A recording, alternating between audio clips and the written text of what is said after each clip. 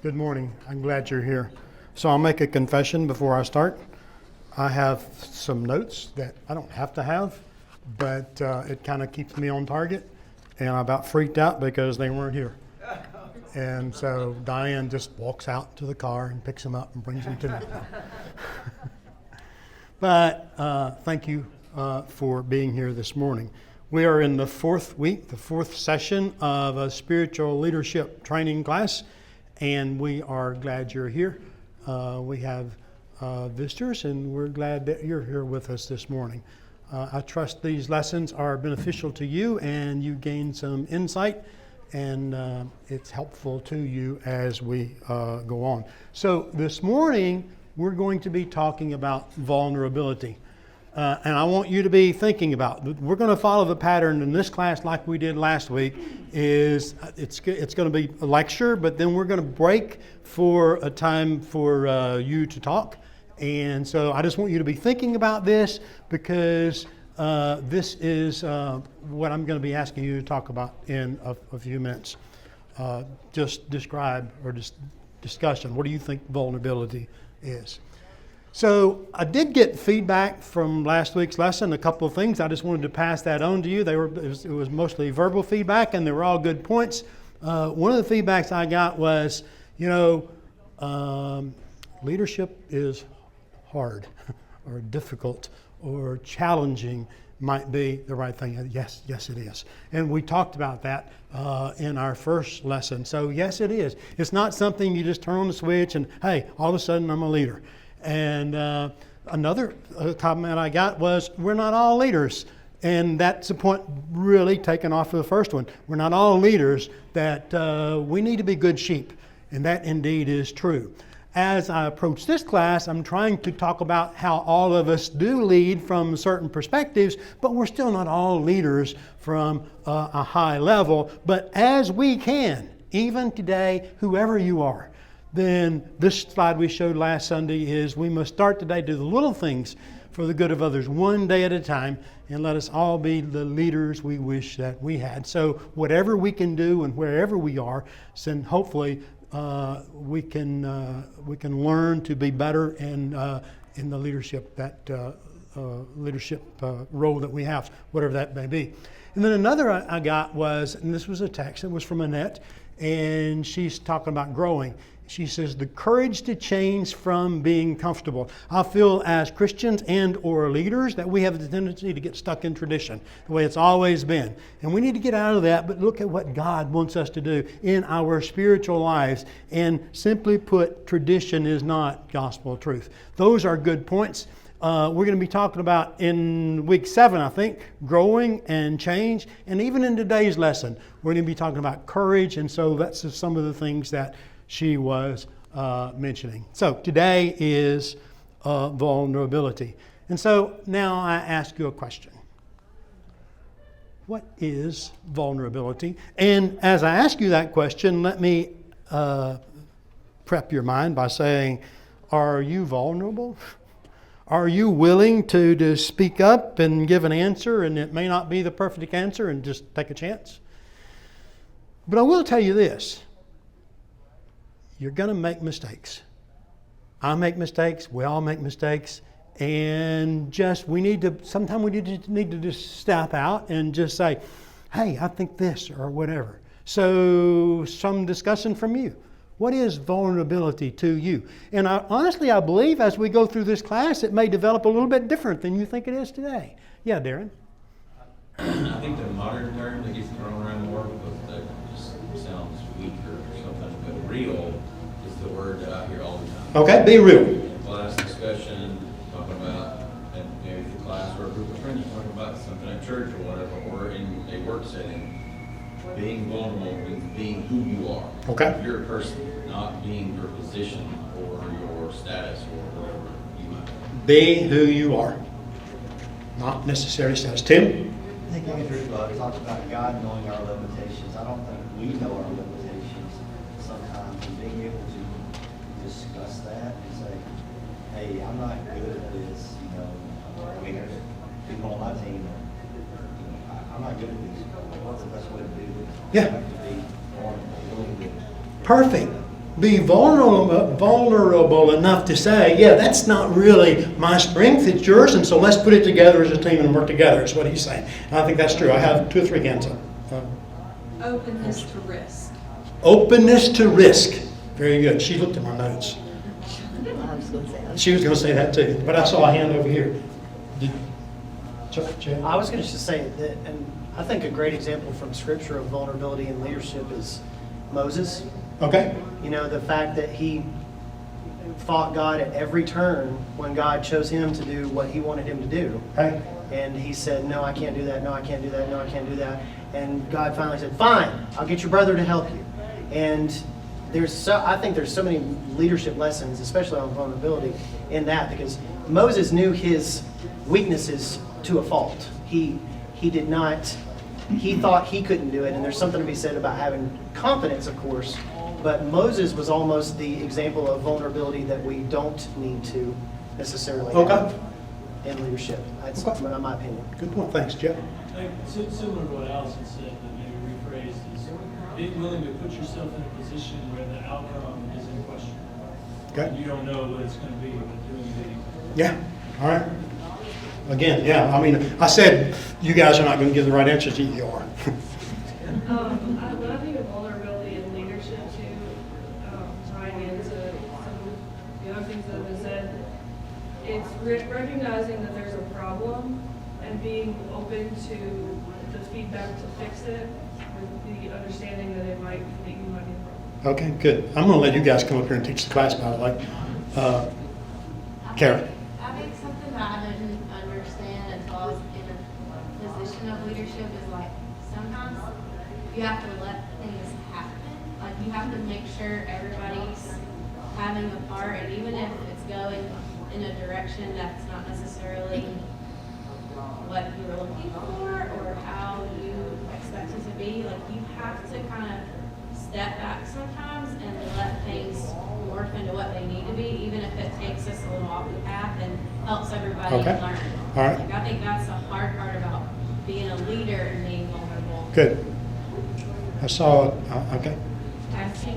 Being willing to ask for help. Being willing to ask for help. Okay. Those are all good. And those are all a lot of the places that we're going to be going. These are all good. So Brown says that vulnerability is, and you guys have said most of what this is, but to me, this is a nutshell of what vulnerability is. It's having the courage to tackle the hard problems. Having the courage to tackle the hard problems. Even knowing that uncertainty exists and understanding that risk is involved. And these I'm not sure came out, but expecting emotional anxiety or exposure. So that's what she says, and I think it's an excellent summarization of what vulnerability is. And so I think this is where we're going, and you've said some of these things.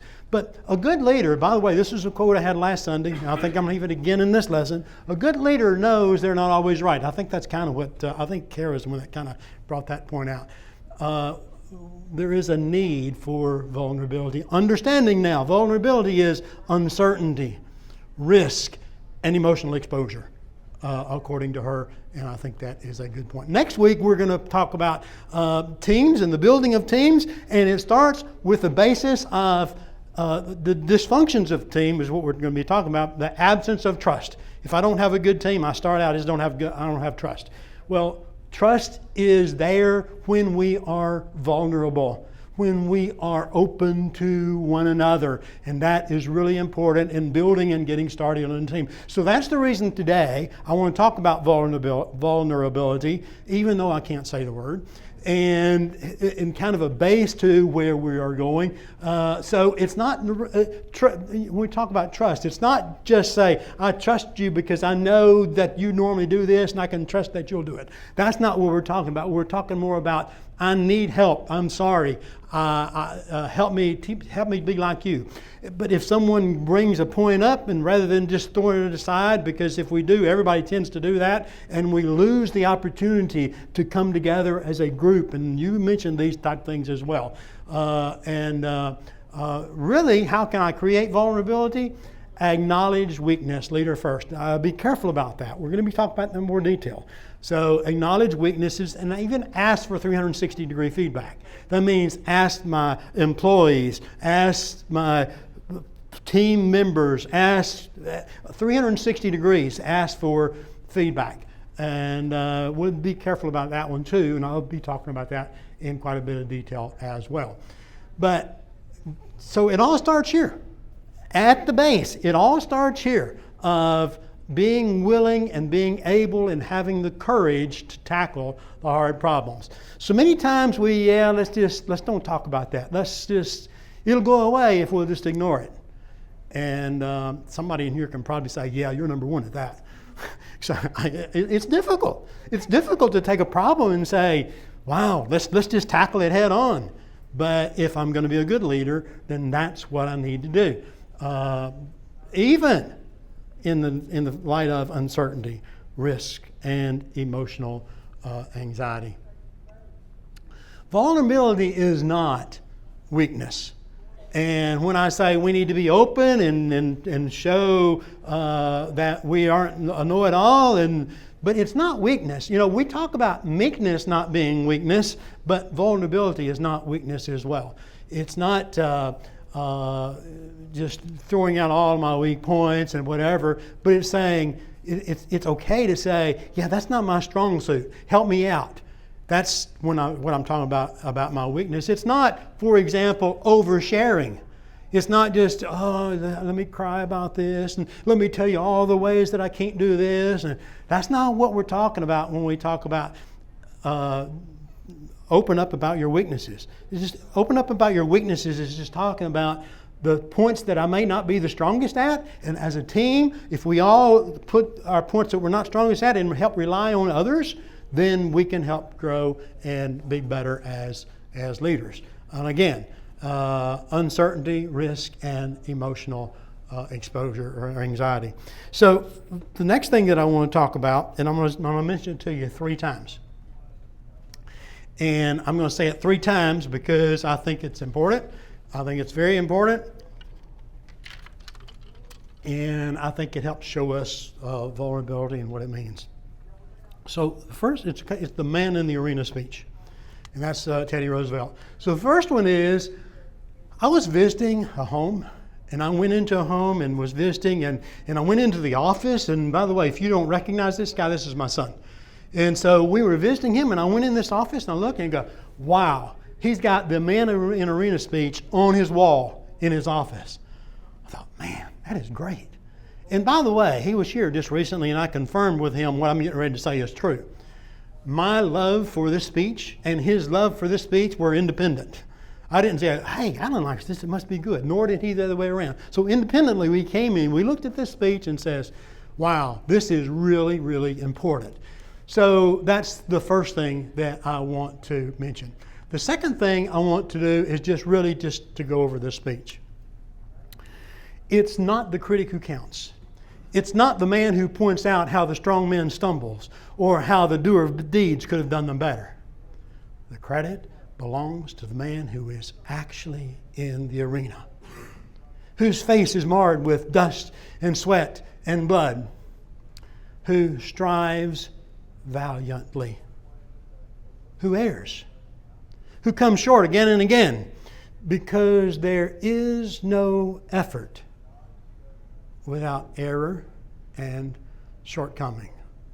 Because there is no effort without error and shortcoming. But who does actually strive to do the deeds? Who knows the great enthusiasms, the great devotion? Who, I lost it. Who spends himself in a worthy cause? Who at the best knows in the end the triumph of high achievement, and who at the worst, even if he fails while daring greatly, so that his place shall never be with those lost and timid souls who know neither victory nor defeat. What a speech. What a speech. And Brown, you're going to see in the next thing, just talks about how that's the essence of what vulnerability is about. As a matter of fact, she wrote a book, and it's on my list of, I think, are good books, called Dare to Lead. And I thought, well, maybe she took her cue from, because she thinks so much of the speech, daring greatly. So I went and looked at the introduction and the first, reviewed it again, and I don't see that there. But she very well could have. But so that's the second thing. The third thing is I want to look at what she says about vulnerability or about this man in arena speech in a video. So I get my laptop and I do a search for who was president of the United States during the 1990 era. Have you ever done that? Like you're young in the TV or a movie, and so when it's over, you just like stay in that space by like learning more about the actors and what's going on.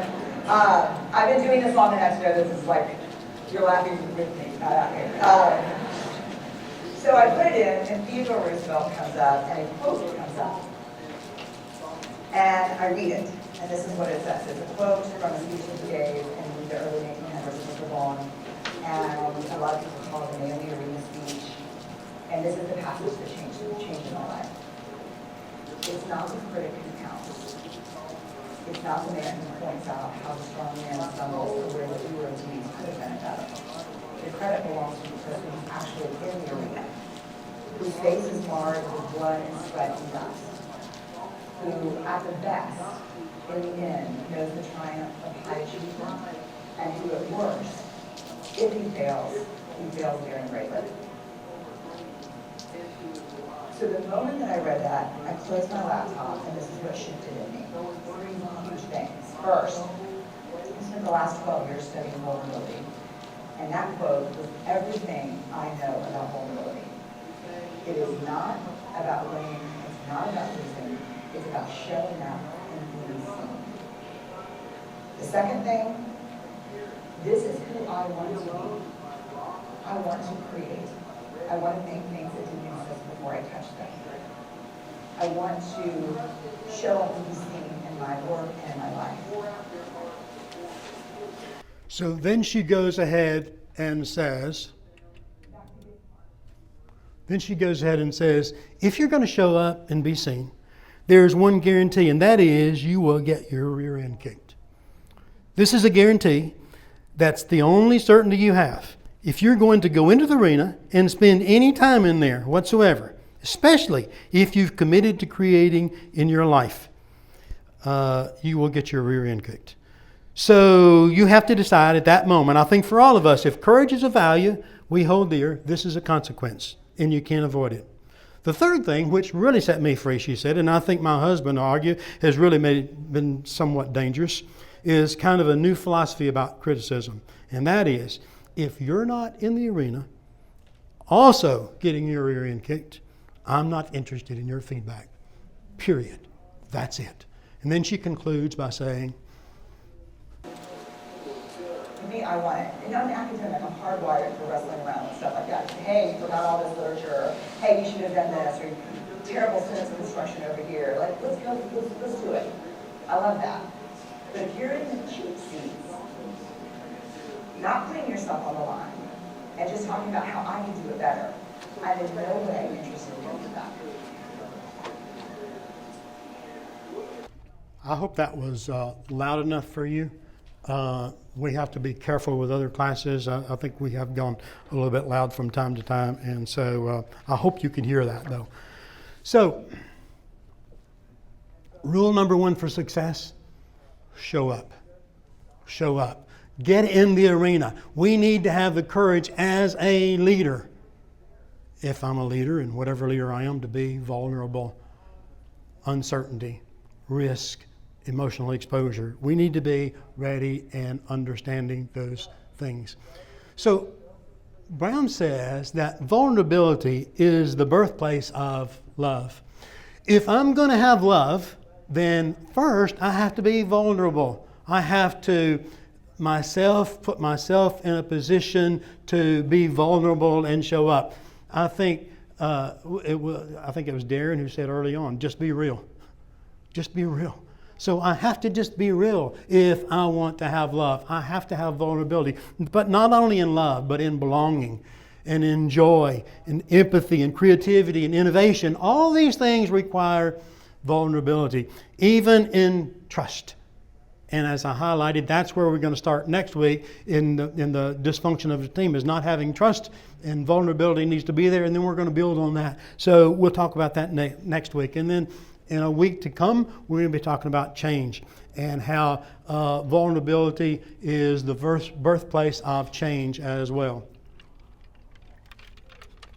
I'm sorry, I learned last week that if I don't have water, my mouth gets dry and I have trouble. So I brought me some water this time. So, in other words, just be real. Just be real. You know, oftentimes, and I remember lessons that I've heard of, we come together and we wear masks. And I'm not talking about Halloween, I'm talking about every Sunday. Every Sunday we come together and we put our mask on and says, look how good I am. I'm not going to fail. I'm not a failure. I don't, Take our mask off. Be real. Now that doesn't mean that we just blurt out all the problems that we had and all the things that's going on. I'm not saying that at all. I'm just saying be real. Be real. Take our mask off and be real. Yeah, Rupa. I think about that verse that says, and I was going to ask you this at the beginning, that the verse that says, if we confess our sins to another, he's faithful and forgives. But I'm always scared. I have a ton of sins. Sure. If y'all only knew. But I'm so scared to confess that because, and I always think about the responsibility of leadership to provide a safe space for me. But when I see this, what I'm realizing is that God doesn't say other people are faithful and just and will forgive you, right? That's right. But it correlates Yeah. to this whole idea of vulnerability, that you create your own safe space. Right. Because you're in the arena and you're confessing. Right. And I'm not saying an outpouring or oversharing. But, Sure. But what I love about this is that when you say, I am open to the criticism, I'm open to whoever's in it with me, Yeah. I'm creating my own safe space. Right. And that's really powerful. Yeah. Yeah. Very good. One of my very favorite sermons that's lasted through the years is when the Kirk brothers preached about wearing masks. So I started to say Kirk Brothers is the one, but I didn't say it. But yeah, that's where I was coming from. And I just pulled it up on our Graymere website, and it's on the media website where you look at archive. Yeah. And that was one of the best sermons I've Yeah. ever heard. We put on our masks. I agree. Our brothers wearing masks. I agree. And that's where I got it. I just didn't name it, but you're right. We put on our mask. We come in and says, there's nothing wrong with me, And the problem is everybody's wearing masks. And so when we look at everyone else, we think, well, all these are perfect people. And I just wish I were that good. Well, take off our mask. And as she says, and as I mentioned, we're not talking about just blurting it out and throwing it all out there. We're just talking about be real. Being real. That's what we need to be. And in vulnerability, that's where we need to be. Just be real. So, yeah. You can't run from it. Okay.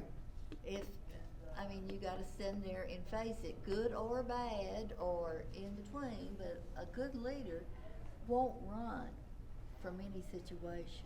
That's very true. Having the courage to tackle hard problems. Yeah. So, and back to her point, so that's one of the reasons that for some time, Andrew at the end of the lesson says, you may not feel comfortable and you may not want to walk down the aisle and just pour it out to everybody. But you know what? Two of the shepherds every Sunday morning, different, and they are different from time to time. While I'm teaching this class, I'm not one of them because I can't be there. But there were two people at the conference room at the end of the services today. If you needed to talk and if you needed prayers, then go by and just talk with them and be with them, and it will help. And we'll try to serve needs. Yeah, Michael. I think it's like vulnerability. You automatically go to like sin and stuff, but I think there's like this whole different aspect of vulnerability in the church and in leadership that the reason why we all have so many good ideas for ministry. Wouldn't it be great if the church did this? Or I have this idea and I really want somebody to take this and run with it. well, why don't we run with it?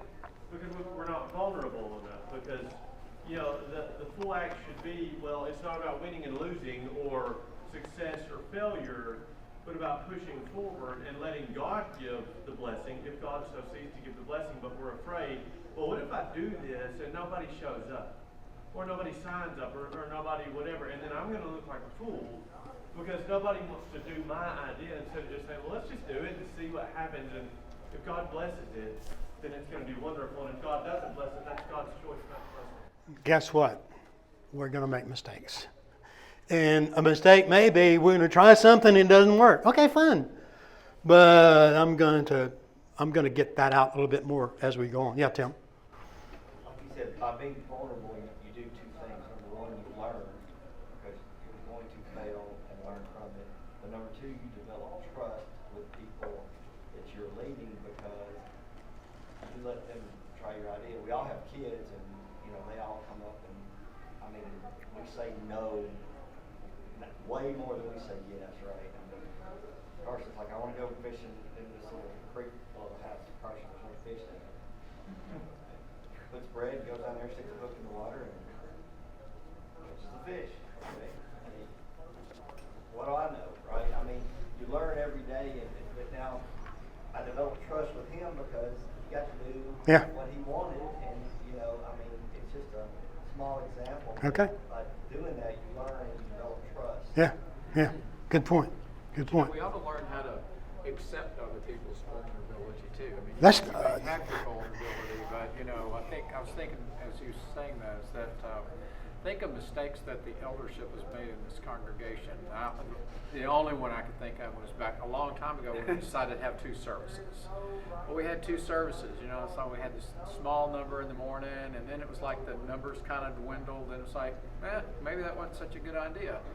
And you know, as a sheep, you might say, those guys don't know what they're doing, you know, and laugh at them. And yet you were willing to admit, in a sense, that we thought this, but it's not actually as good as we thought.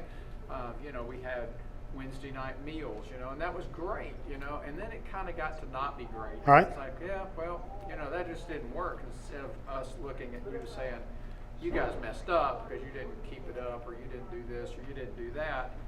Just accept the fact that, you know, you were vulnerable enough to say to your sheep that, you know, it didn't seem like that was a really good idea. And so we need to, as sheep, again, learn how to accept other people's vulnerability, not as stupidity or immaturity, but just as, you know, you were willing to admit that what didn't work out like you thought. Okay, it's a good point. And on that point, in 2 weeks from now, we're going to be talking about change. And so I'm going to bring up some changes, none of which you mentioned, by the way, but other change, not that, I mean, because there are lots of changes, right?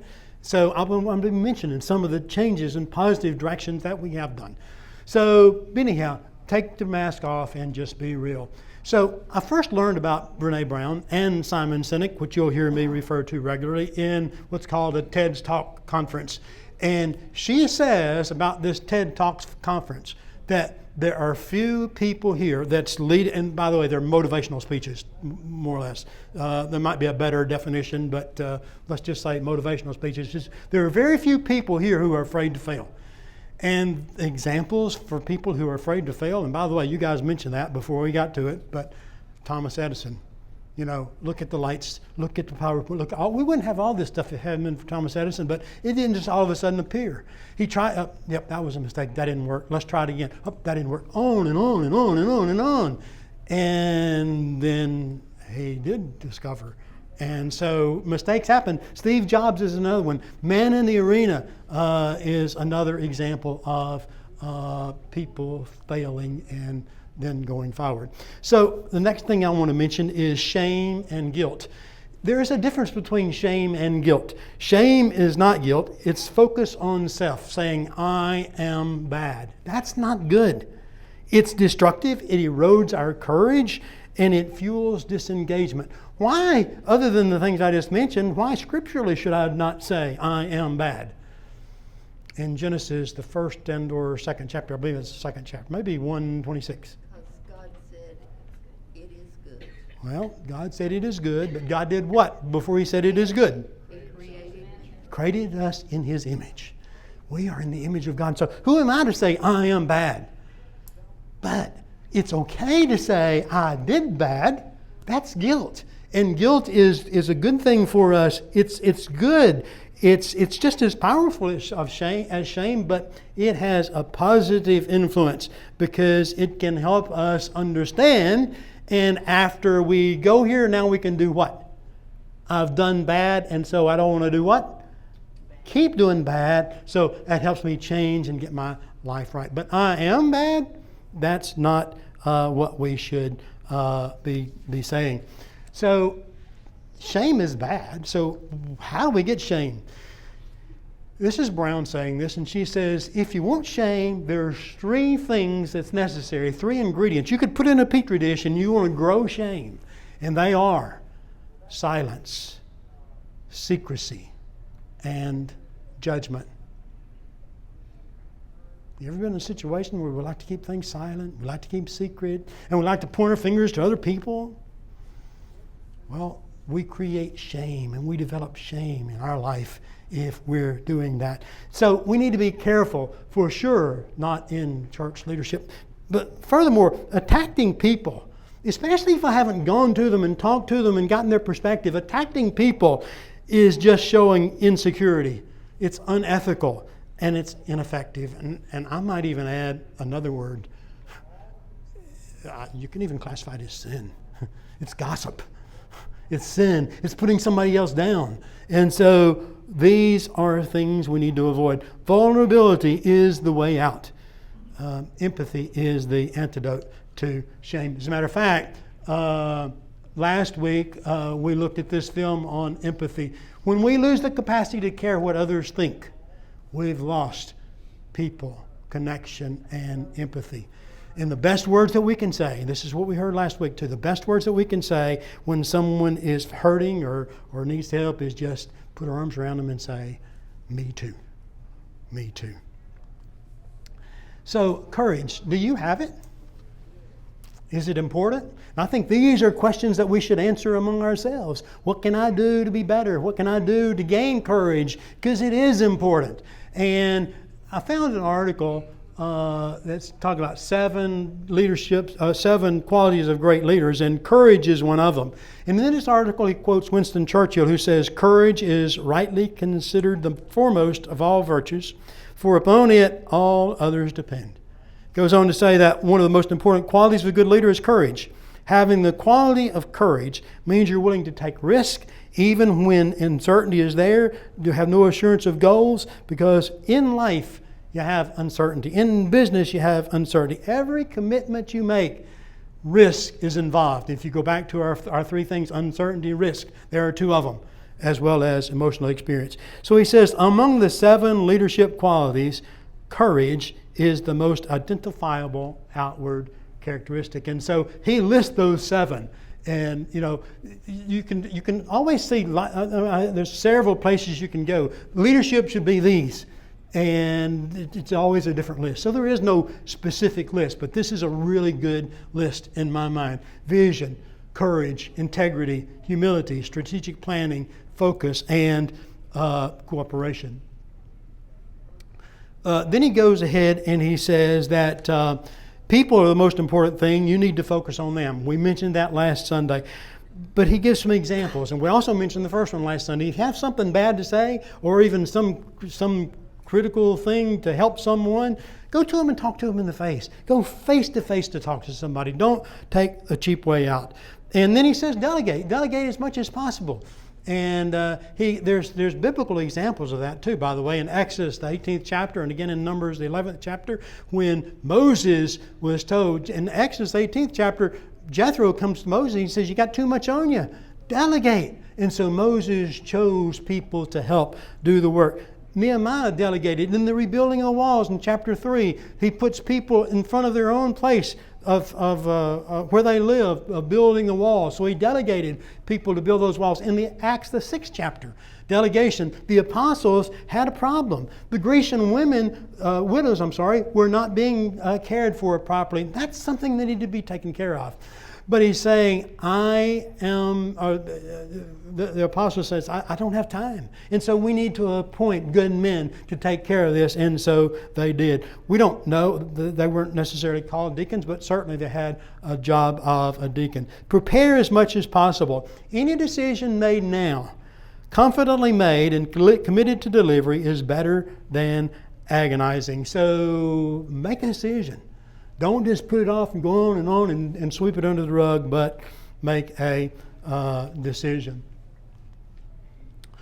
A leader knows they're not always right. So Simon Sinek, in a video, and there's the link to that video, says that leaders are not in charge. Well, I thought they were. But he says, but they are responsible for those in my charge. It doesn't mean that leaders don't make decisions and don't have direction, but the goal of a leader is to lead people and to direct people and to go in the right direction. And he says that responsible for those in my charge. Empathy, being concerned about human being and not just their output. He gives an example of a guy who had someone who in business went to somebody and says, for 3 quarters, your numbers were down. You know what? You need to get your act together or you're not going to have a job.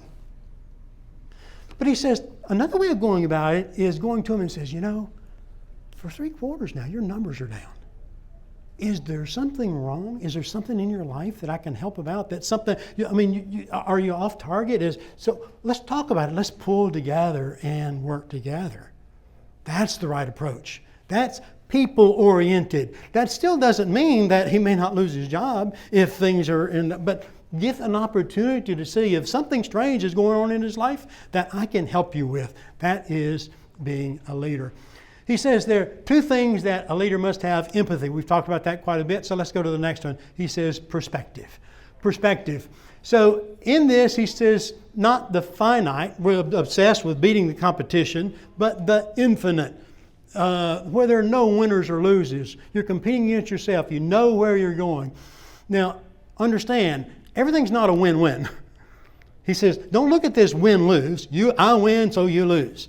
Well, sometimes we go to the other extreme and everything's a win-win. We want to look for the win-wins, but everything's not always a win-win.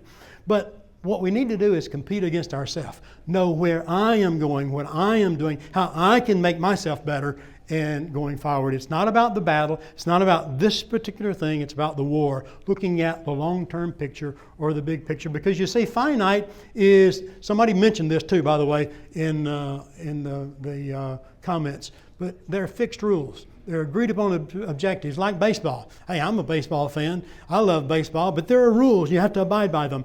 But in life, the infinite, the known and the unknown players, rules are changeable. The objective is to perpetuate the game, to keep the game going. And the game going is I'm continuing as I live my life to get better. I'm comparing myself with myself and growing and getting better as time goes on. And so that is perpetuating the game. So discussion from you, input on some things that we said. You've done it throughout class, and that's good. But just to give you an opportunity to say a few. Yes, Valerie? I think great things happen when it doesn't matter who gets the credit. Okay. Great things happen when it doesn't matter who gets the credit. Somebody has that quote. I don't know who that. Truman. Okay, good. She says Truman is that. Yeah. So I think that's right. Yeah, that's right. It's not all about me. It's about the goal and what we're doing together. I don't want the credit. I don't need the credit. That should be my goal. But let's give God the credit because we're all working together to go to a common goal. Darren? Life without risk is a life without courage. Okay. Yeah. He's going from the backwards. Life without risk is a life without courage. And I think as Christians, we typically are labeled and are conservative. I'm not talking about politics. I'm talking about our nature of don't be of the world, all these things. One problem with that is we like to simplify things so that we have a pattern to live by. And then we conserve everything.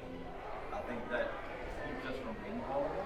That keeps us from having risk at times. And sort of overlay of kind of what we're trying to live for infiltrates things like vulnerability, so we serve there, and not vulnerable, so we don't think. Okay, good point. One more comment if you have one, and then we'll look at one slide to close out. Yes? I think what you said last week about the core of this being selfishness. I think that's a part of vulnerability we maybe touched on, but didn't just say. But like, we think it all goes back to that. Like, I think God tells us that all throughout Scripture, but it all goes back to that. Like our selfishness. Yeah. She says, if you didn't hear, it all goes back to selfishness. I mentioned that last Sunday. I'm going to mention that again next Sunday too, by the way. I didn't mention it today, but it's true.